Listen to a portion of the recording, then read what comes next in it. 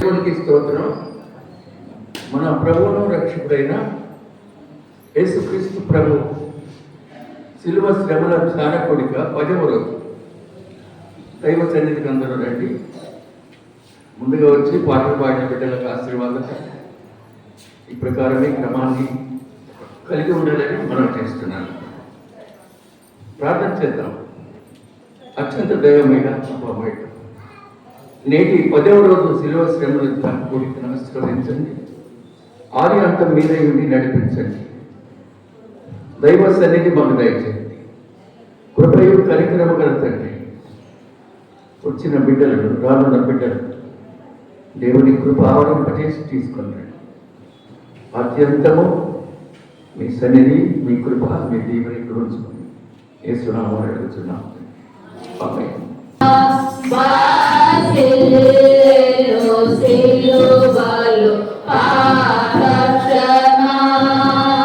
పరిశుద్ధ నామానికి స్తోత్రం కలుగును గాక. ప్రియమైన దేవుని బిడ్డలారా, ఈరోజు శిలువ శ్రమల ధ్యాన కోడిక 10వ రోజు. ముందుకు రమ్మా.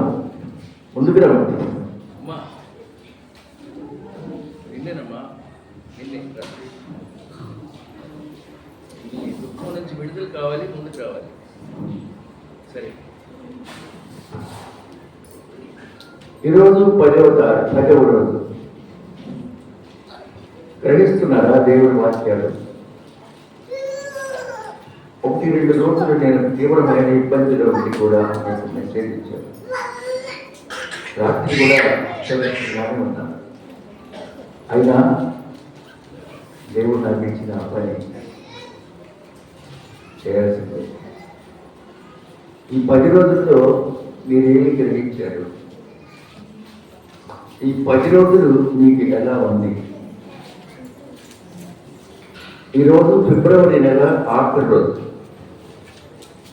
ఫిబ్రవరి 28వ తారీఖు.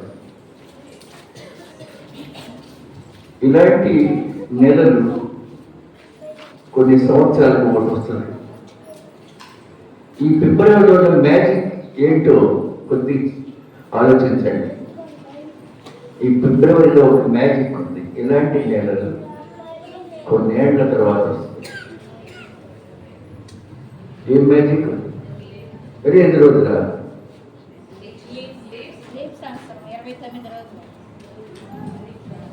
28 రోజులు లీప్ 29 అందరూ తెలిసిందట. మ్యాజిక్ ఏంటి? మ్యాజిక్ 1వ తారీఖు ఆదివారంతో స్టార్ట్ అయ్యి 28 శనివారంతో ముగుస్తుంది.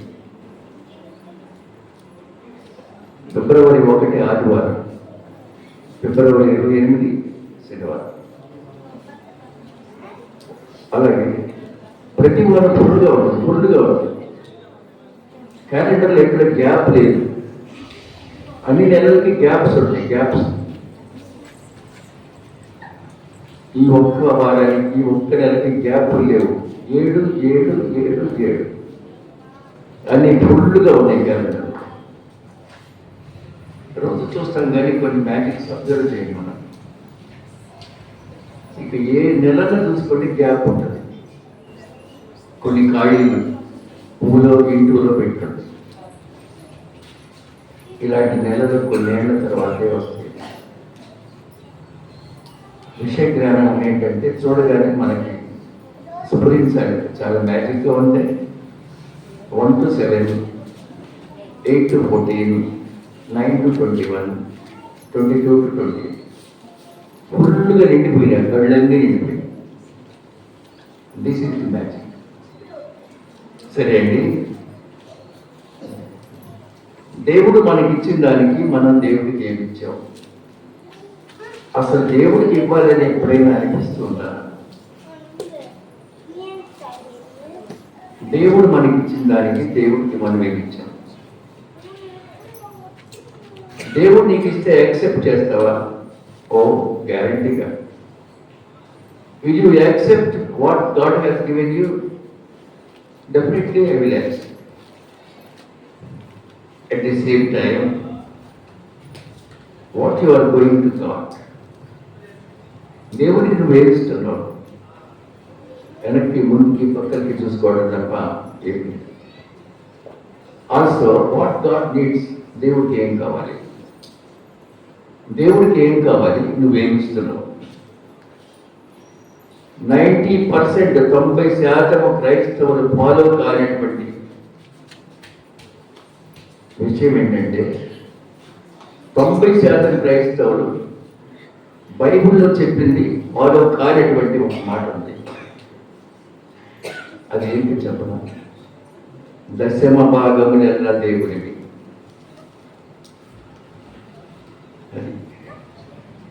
90% ఇవ్వరు. బైబిల్ ఏమంటుందంటే 90%.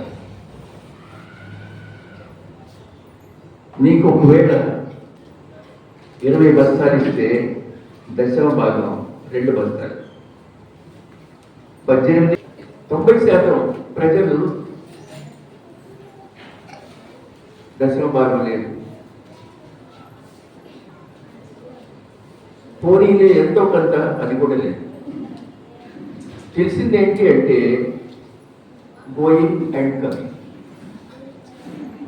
పోదాము వద్దాము, అది తెలిసింది. ప్రియమైన బిడ్డలారా, వర్షం వస్తుంది, రోడ్డు పక్కన ఒక ఇల్లు ఉంది, ఆ ఇంటికి ఒక వసారా ఉంది. వసారాలోకి వెళ్ళి నిలబడ్డాం, గంట నిలబడ్డాం. ఒడ్డయ్యాడు కన్నా ఎంతసేపు ఉంటారు ఇక్కడ అంటారు. ఈ దైవ సన్నిధిలో hours together, Sunday, Wednesday, Thursday. దీన్ని ఎవరు ఏమంటారు? Coming and going. పోనీ లేనోళ్ళ అంటే అది లేదు. దేవుడికి తప్ప ప్రతి దానికి వచ్చేస్తే మనం పెన్షన్ వస్తే మొదట ఎక్కడికి వెళ్తారు? పెన్షన్ రాగానే కొంతమంది కూర్చుంది ఎక్కడికి వెళ్తారు? చర్చిగా, దైవ సన్నిధిగా, లేదా అందులో ఒక దశంభాగం తీసి బైబిల్ పెట్టుకోవటమా? కాదు కదా. అందరూ కాదు, కొంతమంది. మొదట వెళ్ళేది మందు షాప్కి. అక్కడున్నాడా నీ దేవుడు? అక్కడున్నాడా నీ దేవుడు?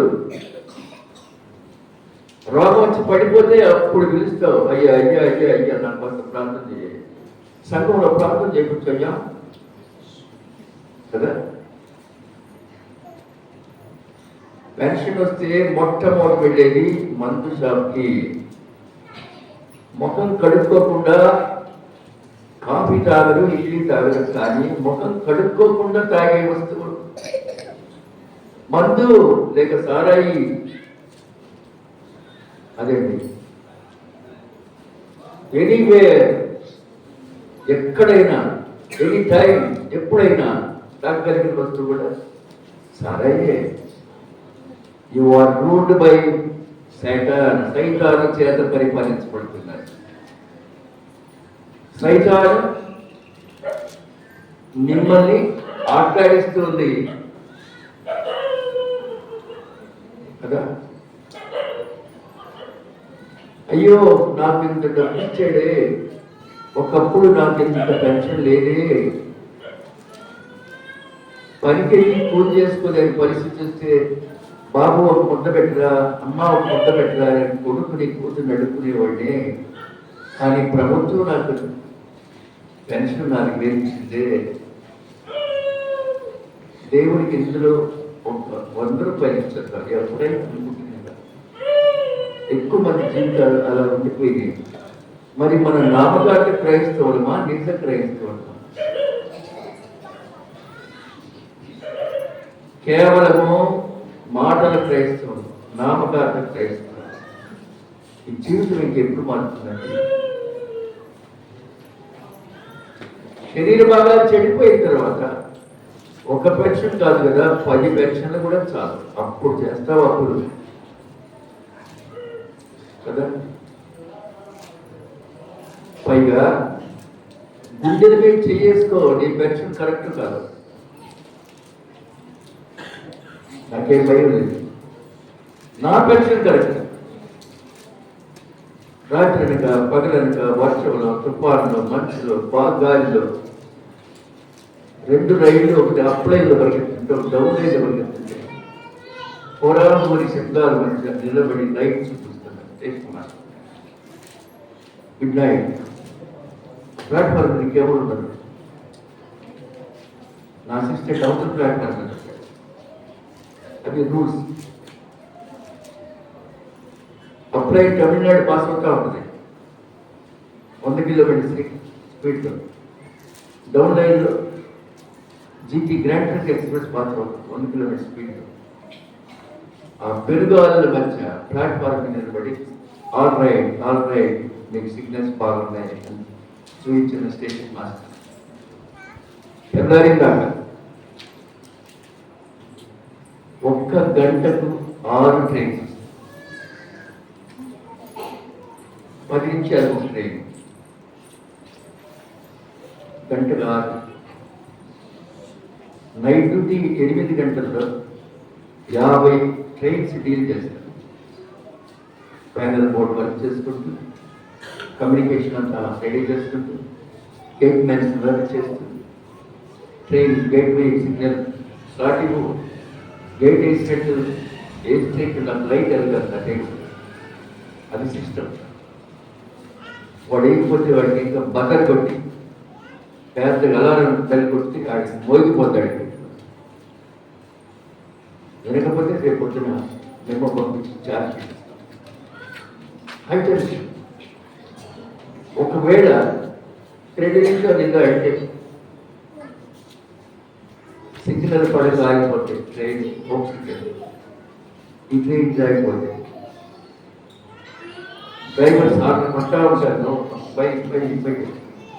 అప్పుడు మీకు తప్పుడు సిగ్నల్స్ వేస్తే విజయవాడ కంట్రోల్ బోర్డులో కనిపిస్తుంది.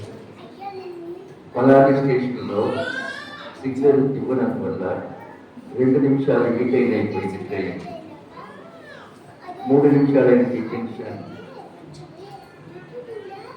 అంతే. ఉదయాన్నే రింగ్ వచ్చింది, పెద్ద రింగ్, పెద్ద సినీ by 10 o'clock tomorrow with uniform. అంతే.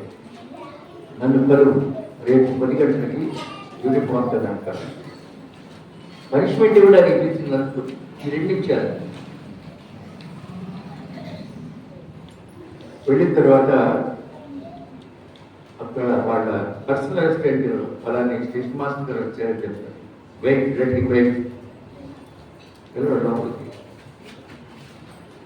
బయట చేయిస్తాడు, తోట కూర్చొని అంటే యూనిఫామ్ అని దగ్గర తీసుకొని 12 అయిపోతుంది. 10కి వెళ్ళినాడు ఆయన చేపల నుంచి వచ్చి నేరుగా భోజనం చేయాలి.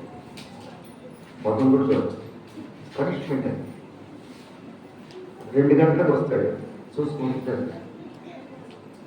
ఇక్కడ కూడలేదు. అక్కడ దగ్గర ఉండే టూరిస్ట్ చేత టికెట్ చేయించుకుంటారు. 5 గంటలు కాదు అంటారు. What master, you want to continue railway service are not? Railway సర్వీస్లో ఉంటారు, మీకు తెలుస్తారా? No, say yes sir. Yes sir ఆయన కంటిన్యూ. దెన్ తమిళనాడు 2 నిమిషాలు అయింది. మెడ్రాస్ వెళ్ళాల్సిన 2 నిమిషాల తర్వాత స్పీడ్ అందుకోవడానికి ఇంకో 10 నిమిషాలు ఎక్స్ట్రా అయిపోయింది. టోటల్ మీ వల్ల 20 minutes టైం లాస్. పంక్చువాలిటీ పోయింది. ఆయన డబ్బులు పెట్టి ఒక మాట దాన్ని రాసి తీసుకో అంటాడు. వెళ్ళినాక ఒక లెటర్ వచ్చింది, 3 నెలలు మీ ఇంక్రిమెంట్ కట్టే. ఆ డ్యూటీ నేను చేసింది. 3 నెలల మీ ఇంక్రిమెంట్ కార్డ్ తమిళనాడు ఎక్స్ప్రెస్ 10 నిమిషాలు మీ వల్ల డీటెయిల్స్. మీకేమి లేదండి, రావాలంటే చేతి పెట్టి తోపుకుంటూ రావచ్చు, పోవాలంటే తోపుకుంటూ పోవచ్చు. వేస్తే పెంచగా అడిగేసినట్టు రూపాయి పడేయచ్చు, లేకపోతే హాయిగా తిని పడచ్చు. హ్యాపీగా ఉంది. కాబట్టి నా పెన్షన్ నాకు చాలా చాలా విలువైంది, కష్టపడి తెచ్చుకున్నాను. ఇవన్నీ జరుగుతున్న కథ చెప్పాను, కానీ నేను ఎన్నడూ పనిష్మెంట్ తీసుకున్నాను. అవార్డ్స్ తీసుకున్నాను, central awards, general managers award, 12 award తీసుకున్నాను. రిటైర్ అయినా పేపర్లు వేసారు, అన్ని పేపర్లు. 12 అవార్డులు పొందినటువంటి స్టేషన్ మేనేజర్, చీఫ్ సూపరింటెండెంట్. జీవితంలో 30 ఏళ్ళ సర్వీసులో ఒక్క అవార్డు కూడా 12 సార్లు అవార్డు. ఎందుకంటే నా సిన్సియారిటీ. ప్రియమైన బిడ్డలారా, ఈ రోజున దేవుడికి నీ సిన్సియారిటీ ఏంటి? దేవుడు ఏమి రివార్డు నీకు ఇవ్వబోతున్నాడు? నీ దేవుడు ఎక్కడున్నాడు చెప్పు అని ఒక దేవదూత నేను నిలబెట్టి నీ దేవుడు ఎక్కడున్నాడు అని నేను చెప్తావు. ఈ రాత్రి నేను అడుగుతున్నాను. నేను దేవుడు అడిగే ప్రశ్నలు సేవకుల ద్వారా అడిగిస్తూ ఉంటాడు. దేని కొరకు నువ్వు డబ్బు ఖర్చు పెడుతున్నావు? నీ భార్యగా, పిల్లలుగా, మనవాళ్ళగా, సమాజానిగా, దేవుడిగా, సంఘానిగా, చర్చిగా? మందు బాటిల్ బికేమ్ యువర్ గాడ్. ఎంత సిగ్గుచేటండి, ఎంత సిగ్గుచేటు. ఇప్పుడు వస్తా ఒక సీన్ చూశాను బండి మీద. ఒక ఆయన చేతిలో కర్ర ఉంది, 60 ఏళ్ళు దాటే ఉంది ఆయనకి. కూర్చొని లేచాడు. ఈ బండి ఇంకా స్టార్ట్ చేయలేదు, నేను చోద్యం చూస్తున్నా. కర్రతో 2 అడుగులు వేసాడు, చెప్పులు 2 జారిపోయినాయి. 2 అడుగులు ముందుకేసి మళ్ళీ వెనక్కొచ్చాడు. వంగి చెప్పులు వేసుకున్నాడు. మళ్ళీ ఇక్కడ తొలగుంటా ఇంక 2 అడుగులు మళ్ళీ చెప్పులు జారిపోయింది. మళ్ళీ అనుకుంటా మళ్ళీ చెప్పులు వేసుకున్నాడు. ఈ కిరణాలు ఇంటికి వెళ్తున్నాడు. మందు ప్రభావం, చెడిపోతున్నారు ప్రజలు, మానవ సమాజం చెడిపోతుంది. ప్రియమైన బిడ్డలారా, ఒక ఆయనకి ధనం బాగుంది, చెడ్డ పేరు కూడా బాగుంది. కానీ ఆయన ఒకనాడు అనుకుంటున్నాడు, I want to see Jesus, I want to see Jesus. యేసయ్య నేను చూడాలి. లూకా సువార్త 19వ అధ్యాయం, లూకా 19వ అధ్యాయం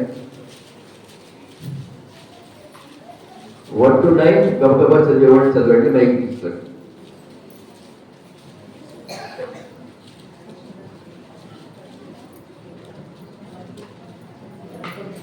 ఆయన సంచరించుచు యెరికో పట్టణంలో ప్రవేశించి దాని గుండా పోవచ్చుండెను. ఇదిగో సుంకపు గుత్తదారుడును ధనవంతుడునైన జక్కయ్యను మారుపెరగల ఒకడు యేసు ఎవరైనా చూడగోరెను, కానీ పొట్టివాడైనందున జనులు గుంపుగూడెనుట వలన చూడలేకపోయాను. అప్పుడు యేసు ఆ త్రోవను రానయ్యుండెను గనుక అతడు ముందుగా పరిగెత్తి ఆయనను చూచుటకు ఒక మేడి చెట్టునెక్కెను. యేసు ఆ చోటుకు వచ్చినప్పుడు కన్నెలెత్తి చూచి, జక్కయ్య, త్వరగా దిగుము, నేడు నేను నీ ఇంట ఉండవలసినదని అతనితో చెప్పగా అతడు త్వరగా దిగి సంతోషంతో ఆయనను చేర్చుకొనెను. అందరూ అది చూచి ఈయన పాపి అయిన మనిషిని వద్ద బస చేయవేళనని చాలా సనుగుకొండిరి. జక్కయ్య నిలవబడి, ఇదిగో ప్రభువా, నా ఆస్తిలో సగము పేదలకు ఇచ్చుచున్నాను. నేను ఎవరి యొద్దనైనను అన్యాయముగా దేనినైనా తీసుకుని ఎడల అతనికి 4 వంతులు మరలా చెల్లించునని ప్రభువుతో చెప్పెను. అందుకు యేసు, ఇతడును అబ్రహాము కుమారుడే, ఎందుకనక నేడు ఈ ఇంటికి రక్షణ వచ్చి ఉన్నది. దేవుని నామానికి స్తోత్రం. చాలా మంచి వాక్యం చదివాము. జక్కయ్య ఎవరి జక్కయ్య? జక్కయ్య ఇంగ్లీష్లో. జక్కయ్య ఎవరు? ఏ ఊరు? అతని ఊరు యెరికో. అతి ప్రాచీనమైన పట్టణం ఎరికో. The old city like the ancient Jericho. ప్రాచీనమైన పట్టణం ఎరికో పట్టణం. ఆ ఊరివాడు జక్కయ్య, పొట్టివాడు. బైబిల్ పొట్టివాడు అన్నది కానీ ఎన్సైక్లోపీడియాలో డ్వార్ మరగుర్తివాడు. ఉద్యోగం పన్నులు వసూలు చేసేవాడు. 10 రూపాయలు ఇంటి పన్ను అంటే దాని పక్కన 0 పెట్టి 100 వసూలు చేసేవాడు. గవర్నమెంట్ వారు పలానింటికి 20 వసూలు చేసేవాడికి కాగితం ఇస్తే 0 పెట్టి 200. అక్కడ 90 వచ్చాయి, ఇక్కడ 180 వచ్చాయి. ఆ ఇంటికి 300, 30 రూపాయల పన్ను అంటే 300 ఇంకో 0 పెట్టి. ఎలా డబ్బు కాజేసాడో చెప్పలేము. దాంతో ధనవంతుడు అయిపోయినాడు. ఈ జక్కయ్యని చూస్తే జనం పక్కకి చెయ్యి అనుకుంటే వెళ్ళిపోతాడు. ధనవంతుడే వచ్చిన ద్రవ్యాన్ని వడ్డీకి ఇచ్చేవాడు. ఇంకా డబ్బు కూడా పెట్టాడు. లంచగొండి, పొట్టివాడు, శిస్తు వసూలుదారు, వడ్డీలకు డబ్బులు ఇచ్చి సంపాదించేవాడు. యేసయ్య గురించి విన్నాడు, చూడలేదు, విన్నాడు. ఇంకా ఏమిన్నాడో తెలుసా? 1 రూపాయి కూడా ఉన్న యేసయ్య అనేవాడి దగ్గర అమితమైన మంచి పేరు ఉన్నాయి. నా దగ్గర లక్షల కోట్ల మూలుగుతున్నాయి. నన్ను చూస్తేనే జనం పట్టుకెళ్తున్నారు. ఆయన దగ్గర ఏమీ లేవు, ఆయన వెంట వేలాది మంది పుడుతూ ఉంటారు. ఇంత ధనవంతుడైనా నా మొక్కను చూసేవాడు లేదు. పొరపాటు ఇదిగో నీ పనులు తీసుకోండి, ట్యాక్స్ తీసుకెళ్ళిపోతారు. ఆయన వద్ద ఏమి మనీ లేకపోయినా వేలాది జన సమూహం ఆయన వ్యవహరిస్తున్నారు. కాబట్టి నేను ఆయన చూడాలి. I want to see Jesus. ఆలోచన ఎంత బాగుందో చూడండి. డబ్బు లేని అతని వైపు జనం ఎంత పట్టినండి. ధనవంతుడైన నన్ను చూసే జనం ఉమ్మేసి పక్కకెళ్ళటమేంటి. ఇలా ఉంది పరిస్థితి. నాకు 3 అంతస్తులు మేడ ఉంది. ఆయన ఏదో వడ్లవారి కుమారుడంట. ఏ పూరింట్లోనే ఉంటున్నారు వాళ్ళు. కాబట్టి నేను చూడాలి. ఆయన అటుగా వచ్చే రోజు కొరకు నిరీక్షించినాడు. He waited for the day that Jesus comes. యేసు వచ్చే రోజు ఎప్పుడు నిరీక్షిస్తున్నాడు. ఆ రోజు రానే వచ్చింది. అల్లంత దూరంలో ఉన్నాడు యేసు ప్రభు. అమ్మో ఆ జనమా, నేనేం చూసేదేంటి, నేను ఇంతే ఉన్నాను కదా, నెట్టి పారేస్తారు అంటున్నాడు. ఏమి లాభం లేదు అని అల్లంత దూరంలో ఉన్నాడు. కాబట్టి ఇక్కడ అరుగులు ఎక్కడ ప్రయత్నించాడు. అరుగెక్కినా లాభం లేదు. గోడలు ఎక్కి ప్రయత్నం చేశాడు, గోడ ఎక్కినా లాభం లేదు. ప్రహరీ గోడ ఎక్కినా నేను చూడలేను. ఇంకా ముందుకు వెళ్దాం. ముందుకెళ్ళి అక్కడ ఒక మేడి చెట్టు కనపడిందండి. వింటున్నారా? కథలా చెప్తున్నాను. ఆ మేడి చెట్టు ఎక్కాడు.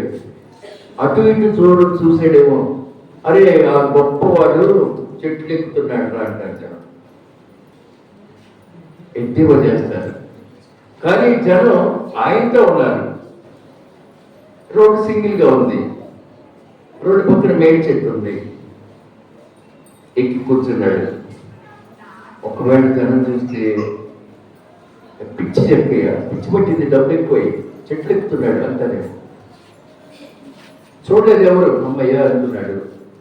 ఆకుల్లో దూరి కూర్చున్నాడు. ఇక సేమ్ ఏసై ఇక్కడికి రావడానికి టైం ఉంటుంది. ఎందుకంటే జనం వెంబడిస్తూ ఉంటారు, కౌగలించుకుంటూ కాళ్ళ మీద పడుతూ ఉంటారు. స్వస్థపడతానయ్యా, దయచూపయ్యా అంటూ ఉంటారు. ఇక్కడ నుంచి ఇక్కడికి రావడానికి టైం పడుతుంది. ఈ టైం అంతా కూడా ఆయన చెట్టు మీద ఉన్నారు. ఎంత గొప్ప నిరీక్షణ అండి, ఎంత గొప్ప నిరీక్షణ అండి. చూడగలగాలి అనుకున్నప్పుడు నిరీక్షణ వస్తుందండి. యేసు ఎవరో చూడగలగాలి అనే వాడికి నిరీక్షణ వస్తుంది. ఎందుకు నిరీక్షణ పైగా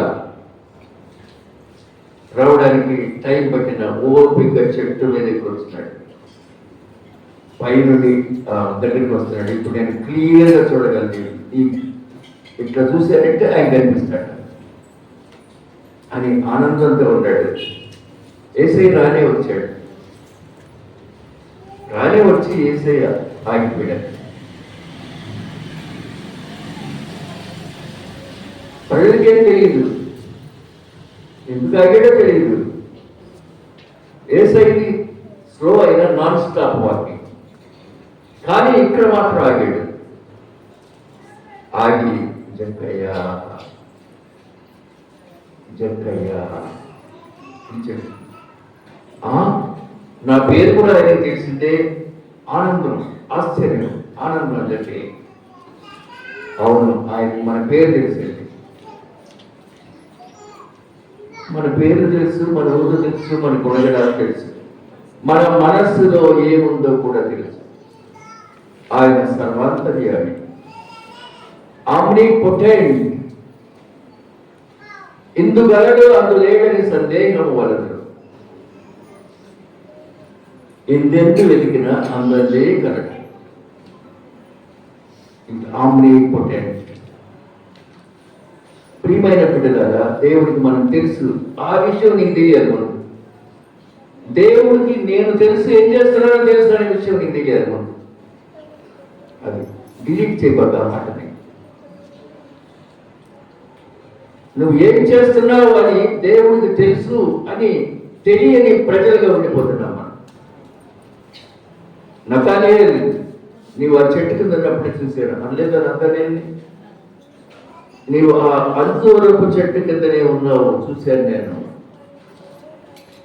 ప్రియమైన బిడ్డ, నువ్వు చెట్టు కింద ఉండు, ఎక్కడన్నా ఉండు, దేనికోసం వేచి ఉన్నావో తెలుసు, దేనికోసం తెల్లవారుజాము ఉంటుందో తెలుసు. కావలి వాళ్ళు వేకోజాము కొరకు ఎదురు చూస్తారు. దేవా నీ కొరకు నేను ఎదురు చూస్తున్నాను. అలా లేదు మన ప్రార్థన.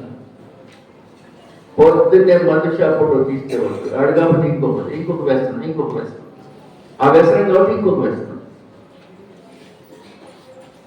వ్యసనాలు చాలా ఉంటాయి కదా.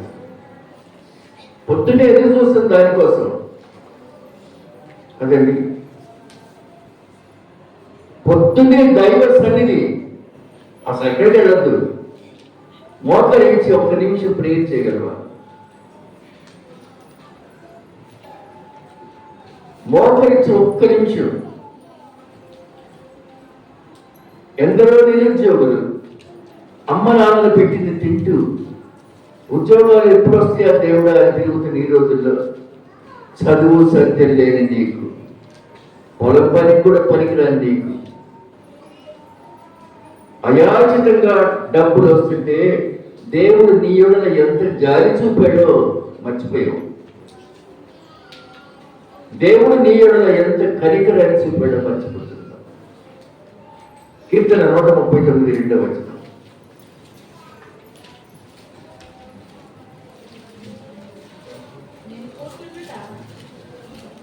పవర్ఫుల్గా చదవాలా? నేను కూర్చుంటుట, నేను లేచుట నీకు తెలియదు, నాకు తలంపు పుట్టక మునిపే నీవు నా మనస్సు గ్రహిస్తున్నావు, నా నడకను నా పడకను. చాలు, ఆ వాక్యం చాలు. నేను కూర్చోడడం నీకు తెలుసు,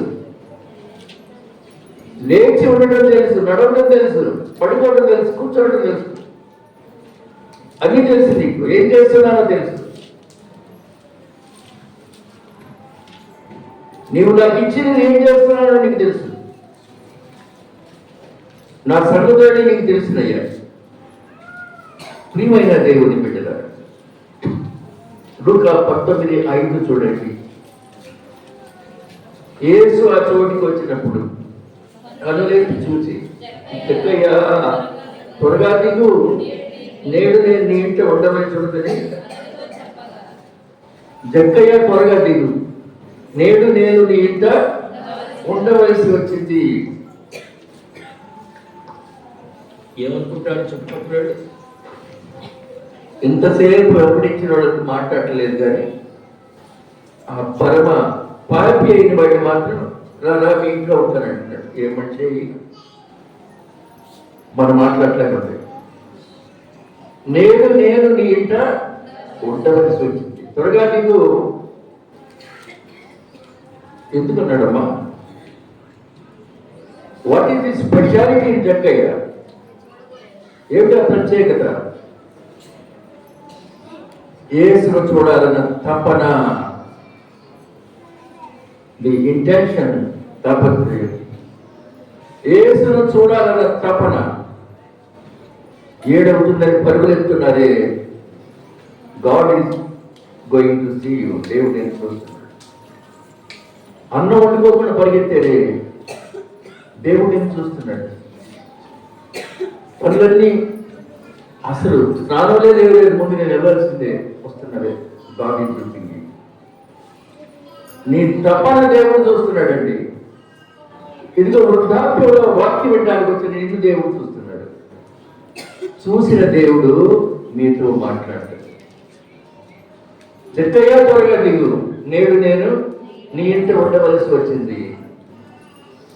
ప్రియమైన బిడ్డలారా, నన్ను ఇంటి ఛాయలకు కూడా పిలవరే. జక్కయ్య అనుకుంటున్నాడు, నన్ను ఇంటి ఛాయలకు కూడా పిలవరే. ఒకవేళ నా ఇంటి మీదకి వెళ్తే తలుపులు వేసుకుంటారే, దుర్మార్గుడు వెళ్తున్నాడని, లంచగొండోడు వెళ్తున్నాడని, అక్రమస్తుడు వెళ్తున్నాడని. కానీ ఆయన నా ఇంటికి వస్తాడట. ప్రియమైన బిడ్డలారా, దేవుడు పిలుస్తున్నాడు.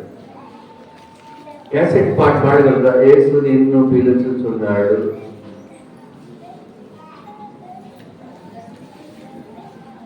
యేసు నిన్ను పిలుచుచున్నాడు. ఓకే, వదిలేసేయండి. జక్కయ్య పిలుస్తున్నాడు. ప్రియమైన బిడ్డలారా, అక్కడ జనం అనుకుంటున్నారు, అందరూ అది చూసి ఆరోచన అతడు త్వరగా సంతోషం ఆయన చేర్చుకోలేను. ఇంకేమంది? జక్కయ్య దూకేడో ఏమో కానీ ఈ మహని చెప్పగానే ఒక్క పట్టున పరిగెత్తాడు కిందకి. మనుషులు ఎవరో అపమానించరు నన్ను, అంత చెడ్డవాడి నేను. కానీ మనిషికి ప్రాణం ఇవ్వగలిగిన ఆయన నా ఇంటికి వస్తాడట అని చెప్పి స్పీడ్గా దిగి వచ్చేసాడు. అందరూ అది చూసి ఏమంటున్నారు? ఈయన పాపైన మనుషులలో బస చేయబెట్టాను. ఇదేంటా ఇంతకాలం వెంటాడుతున్నాం, పోయాం. ఎందుకో వెళ్తున్నాడు చూడు, పాపి అయిన మనిషిని వద్దకు వెళ్ళాడు. ఓహో, ఒకవేళ ఈయన కూడా పాపేమో. అంతే. ఈయన పరిశుద్ధుడైతే ఈమె ఎవరియో ఎటువంటిదో ఎరిగి ఉంటుందో అనలేదు ఒకట అన్నారు కదా. పాదాలు తుడుస్తుంటే, పరిశుద్ధిని పాదాలు అపవిత్రంగా తుడుస్తూ ఉంటే ఆయన ఏమంటలేదేంటి? ఆమె ఎవరియో ఎటువంటిదో ఈయన తెలియదా? అలాగే ఇక్కడ కూడా ఏమనుకుంటున్నారు? ఈయన పాపి అయిన మనిషి వద్ద బస చెయ్య వెళ్ళాడు. ఇంటికి జక్కయ్య అందరిని చూస్తే అందరి మనసంతా ఎలా ఉందంటే జక్కయ్యని క్రూరమైన చూపుతూ ఉంటున్నాడు. ఇచ్చి నీట్గా వచ్చిందని జక్కయ్య అందరిని చూశాడు. అందరిని చూశాడు. ప్రియమైన బిడ్డలారా, మన ఇంటికి ఒక మంత్రి గారు వచ్చారు అనుకుందాం. ముందు జనాన్ని చూడమ్మా, రోడ్డు మీద చూస్తాడంట. చూసారా లేదా వాళ్ళే? లేక కలెక్టర్ గారు ఆయన మన ఇంట్లోకి వచ్చాడు అనుకోండి, ఆయన మాట ముందు రోడ్డుకి వెళ్ళేసి వస్తాం. ఆయన చూసారు లేదు, వీళ్ళు చూసారు లేదు. కదా.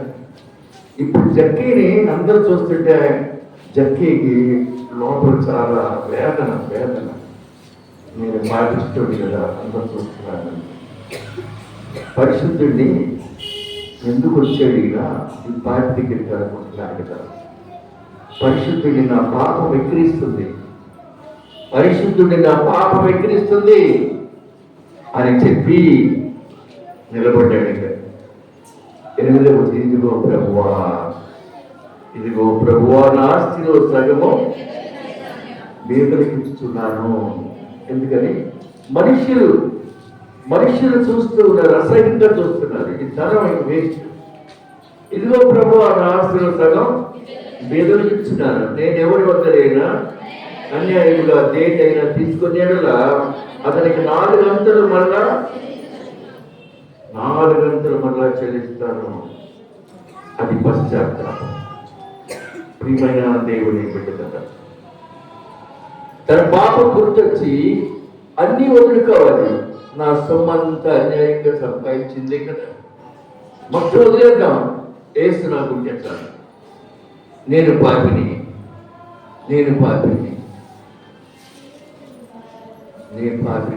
యేసు ప్రభువా, అది పాపినో యేసు ప్రభువా. వదిలిచేయండి పాడకపోతే వాక్యం. కాబట్టి ప్రియమైన బిడ్డలారా, పశ్చాత్తాపం. యేసయ్యకి కావాల్సింది జక్కయ్య లేదు, తప్పు కాదు. జక్కయ్య చూపిన పశ్చాత్తాపం, రిపెంటెన్స్ ఆఫ్ జక్కయ్య. పశ్చాత్తాపం, ఆ పశ్చాత్తాపం యేసయ్యకి కావాలి.